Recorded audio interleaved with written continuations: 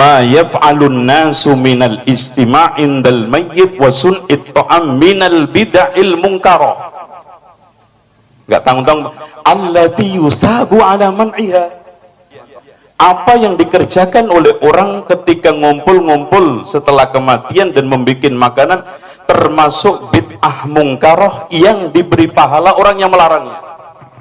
Saya yakin semua Pak Kiai tahu kitab ini, I'anatul Talibin. Tadi dari Ustadz Zainal Abidin membicarakan masalah tahlilan. Padahal ini nanti ada sesi khusus ya tentang tahlilan. Memang tahlilan ini di dalam kitab I'anatul Talibin, bid'ah mungkaroh, dalam sebagian lain dikatakan bid'ah makruhah. Bid'ah makruhah orang yang memerangi akan mendapatkan pahala. Tapi persoalannya ini sudah menjadi budaya, sudah menjadi adat, kalau diperangi malah kita yang dimusuhi oleh. Assalamualaikum warahmatullahi wabarakatuh. Alhamdulillahirabbil alamin. Fa inna ahsanal kalami kalamullah wa khairal huda huda Muhammad sallallahu alaihi wasallam wa syarrul umuri muhdatsatuha fa inna kulla muhdatsatin bid'ah wa kulla bid'atin dhalalah wa kulla dhalalatin finnar. Alhamdulillah, kembali bersama saya Zulkarnain El Maduri. Saya ingin membawa seluruh pendengar dan penonton, yaitu berkaitan dengan peristiwa beberapa tahun yang lalu terkait yaitu Idrus Ramli dan Ustadz Zainal Abidin. Kalau sekarang ini Ustadz Zainal Abidin sudah doktor ya. Sebagai seorang dokter, beliau tentunya lebih berkualitas lagi di bidang keilmuan ya, tidak bisa dibandingkan dengan sosok seperti Islah Bahrawi atau Idrus Ramli, karena memang dari sisi pengetahuan keagamaannya sangat mendalam, tidak hanya sekedar studi berkaitan dengan keagamaan, tapi juga dari sisi bahasa. Itu yang saya perhatikan dari keilmuan beliau Ustadz Zainal Abidin ya. Saya juga mengucapkan selamat kepada beliau atas gelar doktornya ya. Ini berkaitan dengan Idrus Ramli. Beberapa tahun yang lalu ketika terjadi perdebatan di Batam, ternyata kalau diperhatikan sangat jelas lebih berani dan lebih mendukung keinginan Islam, yaitu sikap yang ditunjukkan oleh Zainal Abidin yang memberikan jawaban berkaitan dengan pokok pembahasan bid'ah ya. Di antara salah satunya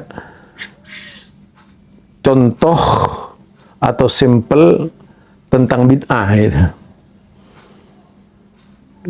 Kemudian dibantah oleh Idrus Ramli dengan basa-basi saja, artinya basa-basi yang kurang dewasa dan tidak ilmiah. Bantahannya juga lebih bersifat ketidakmampuannya dia sebagai seorang pendebat ya, yang selalu bersuara lantang, ngajak debat dan sebagainya. Apa yang disampaikan oleh dia itu diantaranya adalah berkaitan dengan ucapan Idrus Ramli,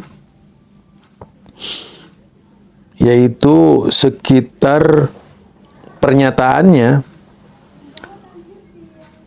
kalau misalnya mengajak umat itu lurus, pasti akan berhadapan dengan umat dan akan diperangi oleh umat. Artinya di sini memang tidak punya tujuan baik Idrus Ramli meluruskan umat gitu. Artinya dia setuju dengan kebengkokan umat. Dibiarkanlah umat ini tetap bengkok, dibiarkan umat itu dalam istilahnya dalam kesesatan ya. Itu lebih dominan. Kalau melihat dari pernyataannya Idrus Ramli, dia mengakui sebenarnya memang bentuk berkumpul-kumpul ya, naudul ijtimat Kan di kalimatnya itu na'uddul ijtima ila ahlul mayit wa sana'at ta'am minal bid'il munkarat, itu ya. Itu yang dikutip oleh Zainal Abidin. Kemudian Idrus Ramli hanya menyebutkan selain bid'ah munkarat juga makruha. Nah, yang dikatakan yusabu ala maniha walil amri, ya. Yaitu walil amri itu akan diberi pahala kalau mencegah kebiasaan-kebiasaan tersebut. Tentunya atas pertanyaan banyak yang ada di dalam bab i'anatut talibin itu. Hitobnya tertuju kepada orang yang berkumpul-kumpul. Jadi berkumpul-kumpul, kemudian memberikan makanan di situ. Yang dianggap berpahala bagi ulil amri kalau melarang perbuatan tersebut. Tapi bantahnya itu Ramli lucu gitu. Oh, kalau misalnya langsung kita melakukan pencegahan, lah bisa-bisa berhadapan dengan umat, perang dengan umat. Lah, sekarang pertanyaannya, ente ini jadi ustadz buat apa? Meluruskan umat atau membuat umat tuh tetap bengkok gitu? Lah, yang disebut ustadz itu, sebut kiai itu tujuannya meluruskan umat, bukan membiarkan umat bengkok. Ini kalau saya mencermati perkataannya Idrus Ramli, ingin membiarkan umat dalam kebengkokan, ingin membiarkan umat dalam kesalahan, ingin membiarkan umat dalam kesesatan. Sepertinya seperti itu yang diucapkan Idrus Ramli gitu. Apa motifnya dia membiarkan umat? Artinya biar umat tidak kenal dengan Islam. Biar umat itu tidak kenal dengan Islam yang sebenarnya, itu makin salah. Jadi saya dari sisi itunya ya. Dan kalau misalnya mencermati dakwanya Rasulullah, itu berhadapan dengan rintangan. Mencermati dakwanya para sahabat, memang yang dikehendaki seperti itu. Meluruskan umat, mencerahkan kepada umat berkaitan dengan tauhid misalnya, agar umat Islam berada dalam agar umat berada dalam yaitu jalan siratal mustaqim atau berjalan di atas siratal mustaqim. Itu yang diinginkan oleh Rasulullah, agar umat tetap terbimbing di atas petunjuk Allah dan petunjuk Rasulnya. Berbeda dengan Idrus Ramli, kalau dari perkataannya biar saja dia bengkok gitu. Apa maksudnya yang seperti itu ya?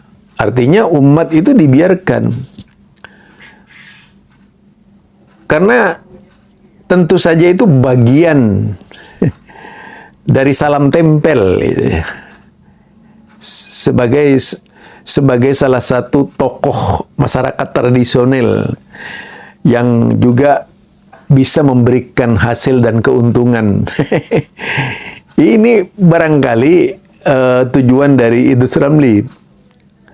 Kalau tidak itu apa? Motifnya apa gitu? Takut dengan umat. Artinya biarlah umat tetap seperti itu gitu. Padahal Idrus Ramli ini tahu. Idrus Ramli ini tahu, bahkan mau menyembunyikan kebenaran. Kalau kita lihat, dia ingin menyembunyikan kebenaran. Istilahnya Idrus Ramli ini katamal haqq, yaitu menyembunyikan kebenaran, menjauhkan umat dari kebenaran agar umat tidak mengenal Islam yang benar. Maksudnya biarkan saja umat itu berada dalam tradisi itu. Seolah-olah seperti itu yang diinginkan Idrus Ramli. Padahal jelas sekali yang demikian ini bukan memberikan bimbingan kepada umat, melainkan menjauhkan umat dari kebenaran. Padahal seharusnya seorang ulama itu menjadi pembimbing utama paling depan agar umatnya selamat, agar umatnya berada di jalan yang lurus, agar umatnya berpegang teguh kepada kebiasaan Rasulullah, bukan berpegang teguh kepada adat yang tak sejalan dengan Islam. Itu barangkali ya. Jadi di sini kita makin tahu siapa Idrus Ramli yang sebenarnya. Ternyata memang punya banyak keinginan untuk menyembunyikan kebenaran dari umat itu sendiri gitu. Sehingga umat tetap saja berada di dalam kebengkokan. Intinya seperti itu. Karena dia mengatakan ada rasa ketakutan. Menyatakan tuh rasa ketakutannya luar biasa. Kalau misalnya umat langsung dijauhkan dari perbuatan-perbuatan bid'ah tersebut gitu. Allah. Sebenarnya kalau peka pendengarnya mustami'nya ya tidak akan seperti itu ya.